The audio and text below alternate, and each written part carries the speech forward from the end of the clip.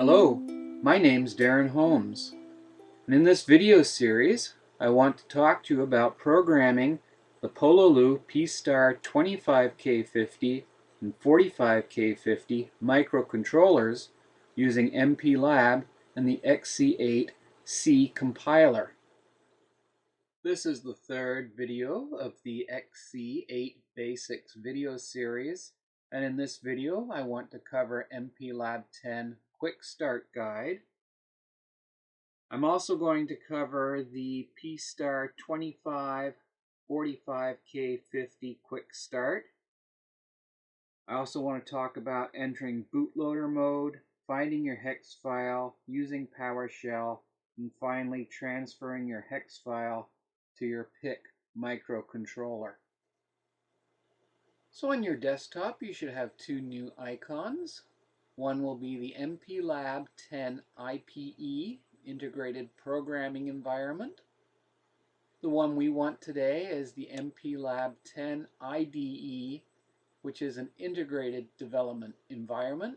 So go ahead and double click on it. Now it's going to take a moment to start up.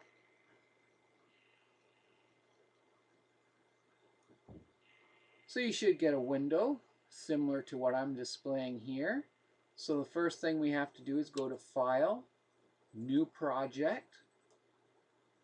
So in the New Project window, we're going to create a microchip embedded project.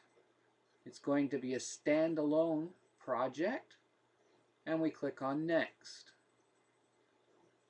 Now we have to select the device that it's going to be used on. To narrow the list down, we're going to select a family. In our case, it's Advanced 8-bit PIC 18. Then under Device, we're either looking for a PIC 18F 25K50. That's the smaller board. The other device is the PIC 45, and it's the 45K50. So I'm going to be programming on the 45K50 today. So now I hit Next.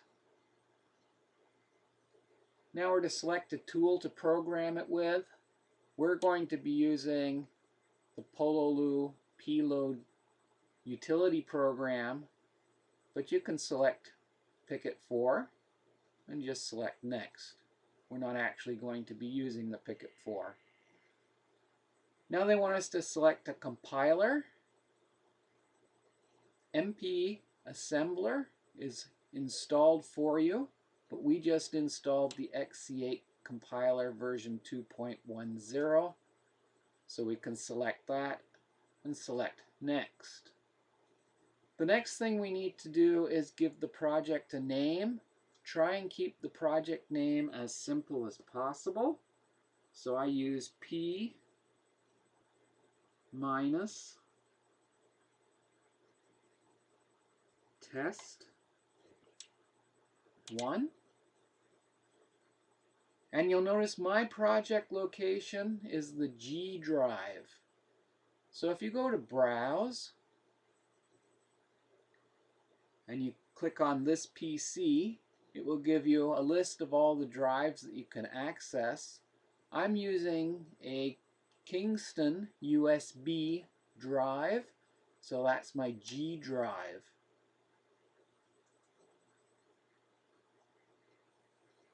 We're going to set this as the main project, and we'll click on Finish.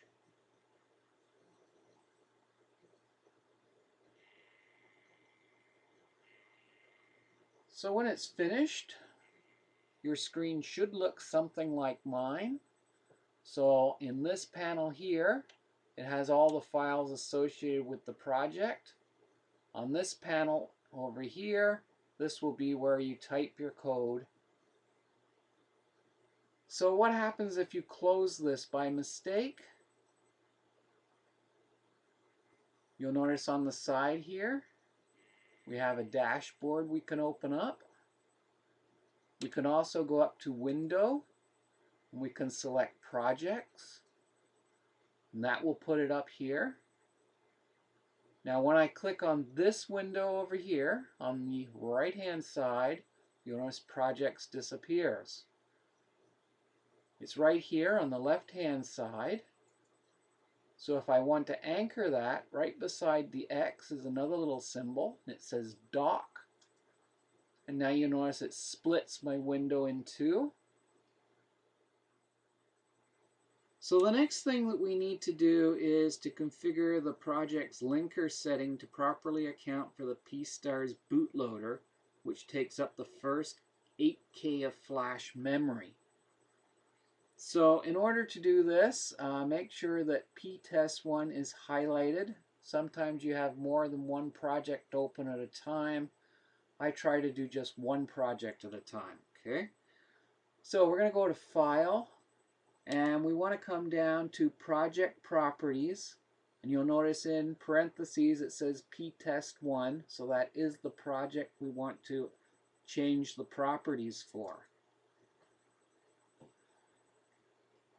Okay, so this screen should come up here.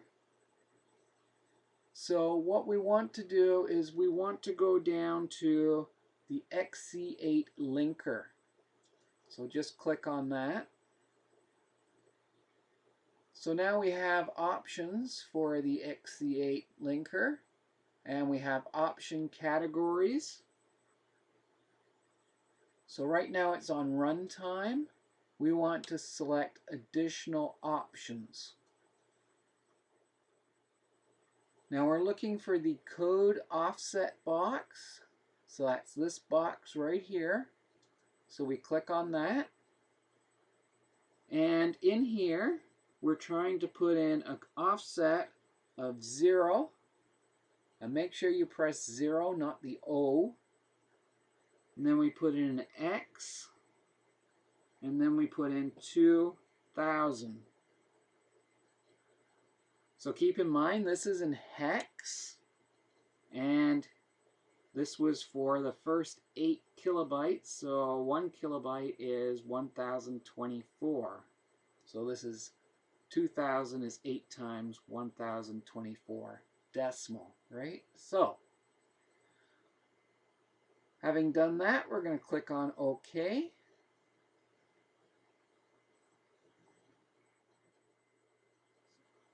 So we have to enter our code into source files.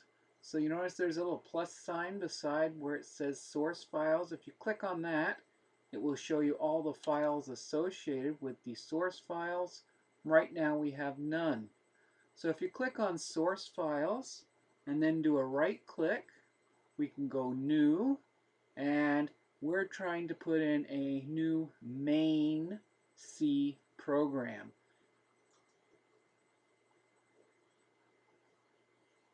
So they want you to give it a name. So try and keep the name as short as possible. So instead of calling it new main, we're just going to call it main. The extension will be type C. The project it belongs to is ptest1. And it's going to be on our G or USB drive. So just click on Finish.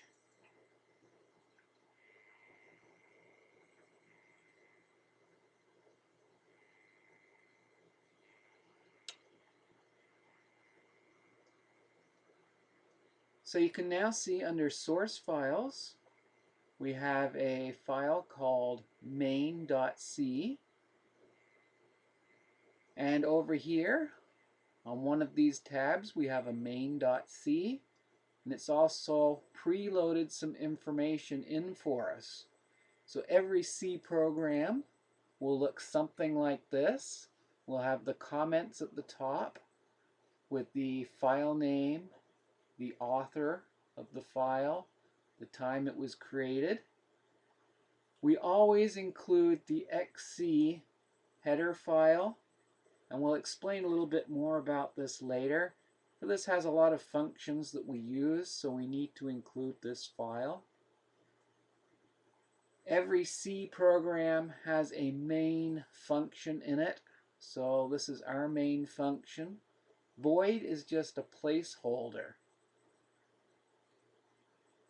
And then there'll be a return function. So I've given you some code to enter in here, so I'm going to leave you to enter the code in. Okay, so I finished typing in the code as shown on page 6 of my manual. Where it says author, please put in your name. Line 1 through 6 are actually comments, right? So we start the comment on line 1 and finish the comment on line 6. Line 8 is another comment. Doesn't actually have code in there, so you could have left all these lines out. Line 7, 9, and 11 are just blank space so that we can read what's on the screen easier. You didn't have to put the blank spaces in, but it does make it look a little nicer. Same thing with line 14 and 17. They could have been omitted too. You'll notice that there's some spacing. So here I have some kind of command followed by equal, followed by 0. So I don't want to get into too much detail on this, but the spacing in here, this is just a tab.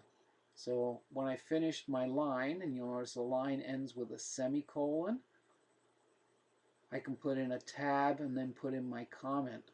So right here I would like this comment to line up with the others. So all I'm going to do is press the tab key. So once lines it up with the equal signs, press it again, lines it up to the end, press it again, and now all my comments are lined up nicely. Just makes it a little bit easier for me to read.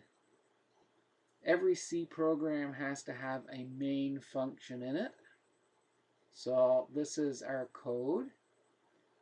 When you type in something like tris_c bits, so I'm just going to type in right here, I'm going to type in LATC and then BITS and then dot. You notice it brings up a list of things that it could be, right? So for the lat C6, I can actually click on it.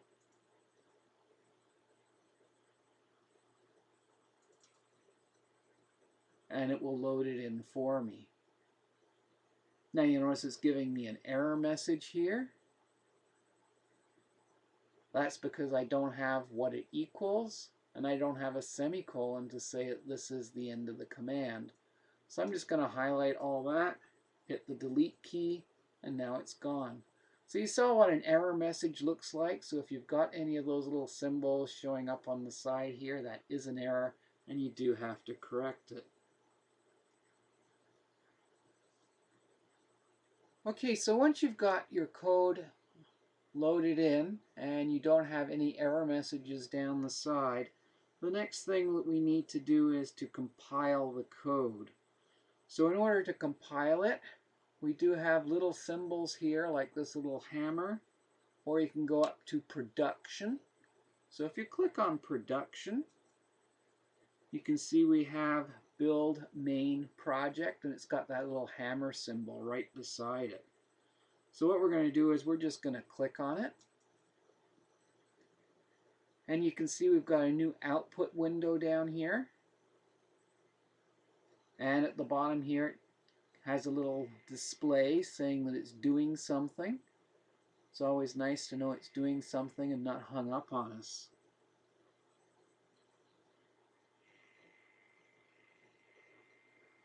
Now what we want to see is in green letters down here, build successful. So that's very important. If the build successful went okay, then there's a chance that this can actually run. Doesn't mean the code is correct, it just means it was able to compile it into machine code. Now you'll notice that there's a little scroll bar on the side here. So if we scroll up, it'll tell us all the things that it did. And you'll notice we're getting some warning messages. These warning messages are for a configuration setting. Now I'm going to tell you right now, these configuration bits are already set in the bootloader. So the bootloader that's installed on your P-Star 25 or 45K50 already have these configuration bits set, and you do not actually have access to change them. So there's no point in changing them before we send the code to the microcontroller, because they're protected bits inside your microcontroller. So we have no control over those. And I'll go into those in greater detail later. So one of the things I want you to remember is loading code from G. So that's where our code's going to be. It's in ptest1.x under the directory called distribution, default, production, ptest1.x.production.hex. So this is very important. You need to make a note of this, because this is the file that we need to send through the Pololu P-Star bootloader utility. So I'm going to show you how to go about doing that next. So in this part of the video, I'm going to show you how to use Windows Explorer to find your hex file and move it to the root directory. So the next thing we need to do is find our hex file, and once we start using PowerShell, you'll see why I do it in Windows Explorer. So I said before that I saved my project in my G drive.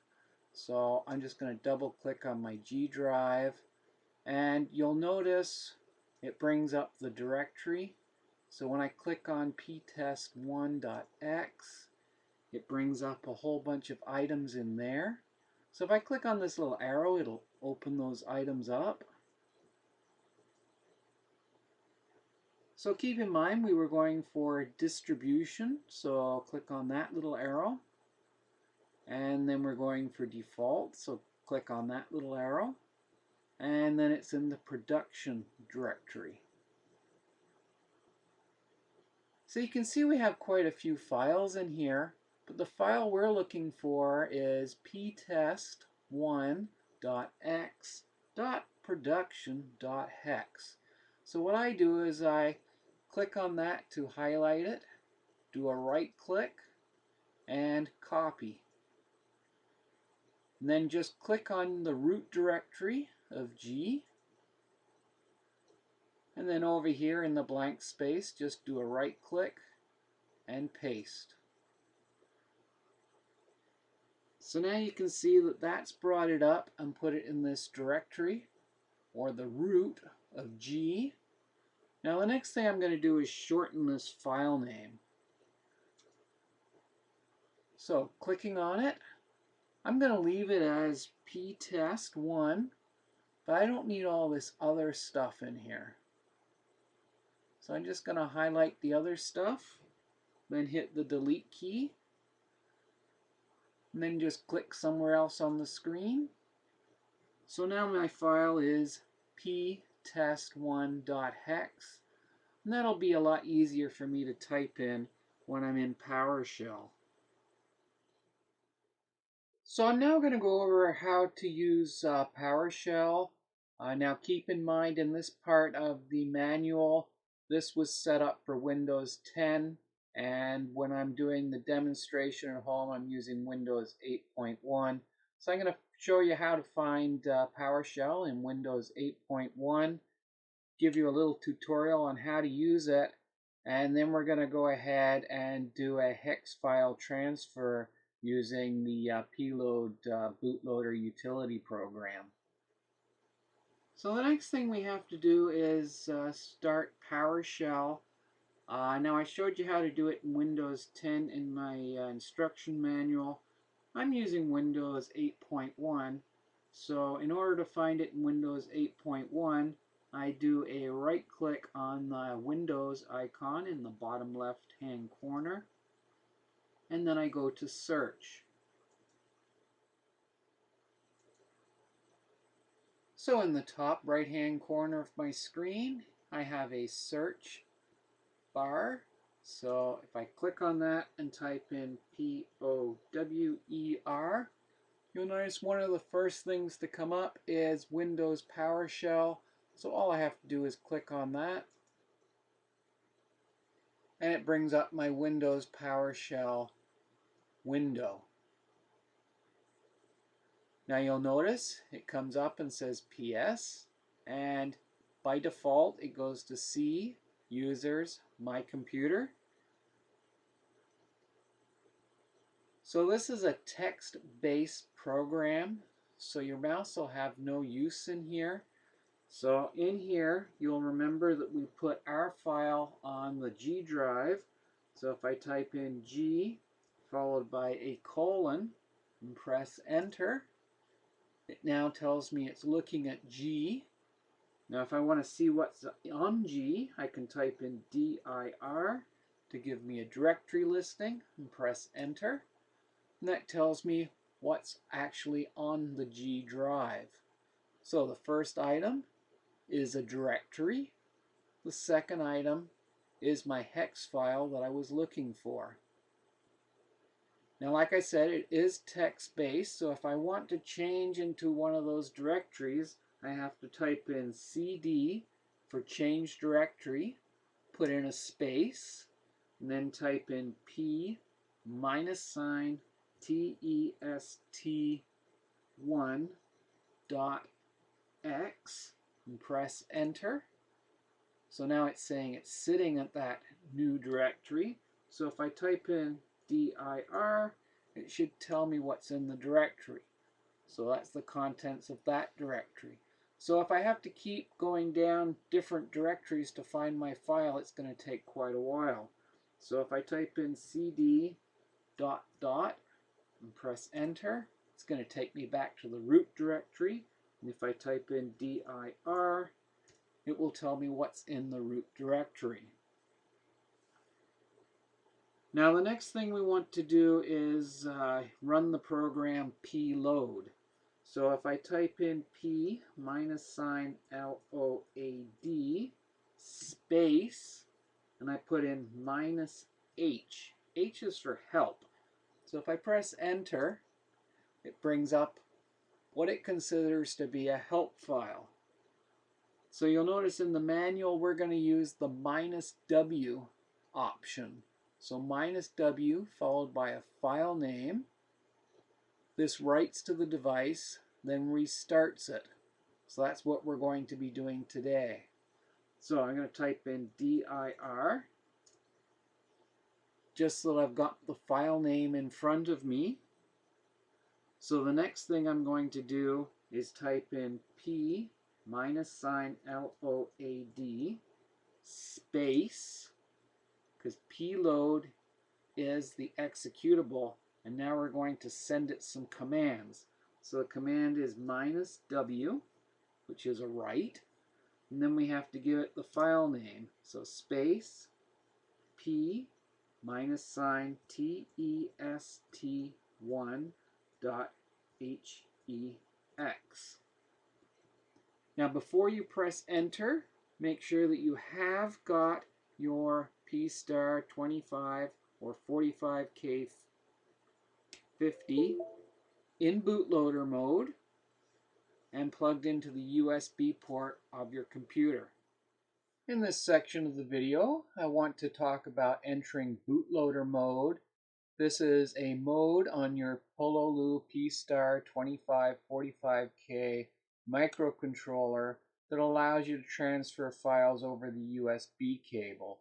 So I'm going to show you how to put your microcontroller into bootloader mode. So on the right side of my laptop, I have my USB drive plugged in.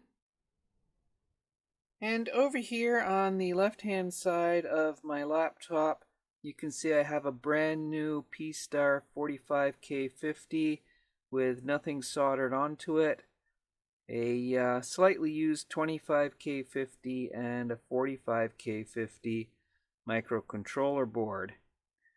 I also have my cable for my old cell phone. So one end is the USB-A cable, the other end is the micro USB cable. So I just wanted to show you that when you plug a brand new microcontroller board into your USB port, it's automatically going to be in bootloader mode. So the red LED is off, the yellow LED is on, and the green LED should be flashing. So whenever the flash memory is erased, it's automatically going to be in bootloader mode for you. So if your microcontroller board has been previously programmed, you need to put it into bootloader mode.